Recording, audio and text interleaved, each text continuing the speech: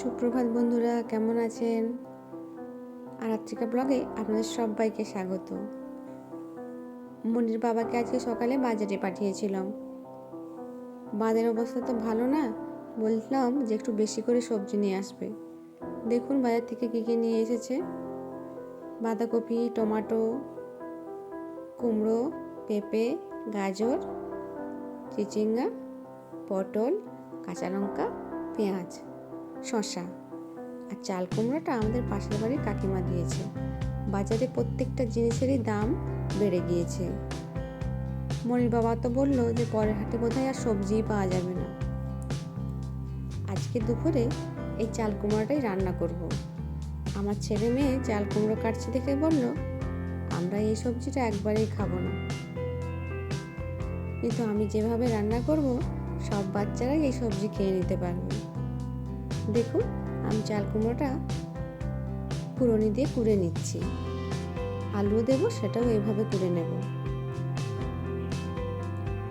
এই রান্নাতে বেশি কিছু মশলা লাগে না।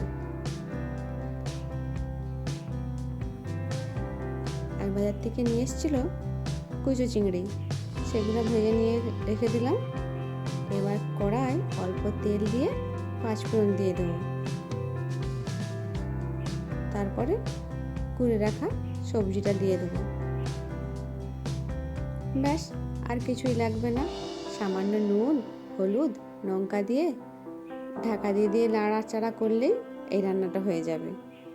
আর উলার আগে এই কুচো চিংড়িগুলো দিয়ে আর সামান্য চিনি দিয়ে নামিয়ে নিলেই হয়ে যাবে। যখন ছেলে মেয়ের পাতে দিলাম, তারা তো বুঝতেই পারলো না যে এটা কী সবজি, চেটে পুটে খেয়ে নিল। এই রান্না করার পরে আর কিছু ভিডিও করতে পারিনি, কারণ বাপের বাড়িতে খবর এসেছে ওখানে বাঁধ ভেঙে গিয়েছে। দেখুন, এই দেখুন ওখানের অবস্থা। এটা ছোট নদী, এর জলে বেশি কিছু ক্ষতি হবে না, কিন্তু মাঠগুলো ডুবে যাবে, ফসল নষ্ট হবে। আমাদের এখানে সব নদীর জলই বেড়ে গিয়েছে। সারাদিন ওখানে বলছে নদী ভেঙে যাবে, ওখানে বলছে নদী ভেঙে যাবে, এইভাবেই দিনটা কাটছে। আজকের মতো নমস্কার।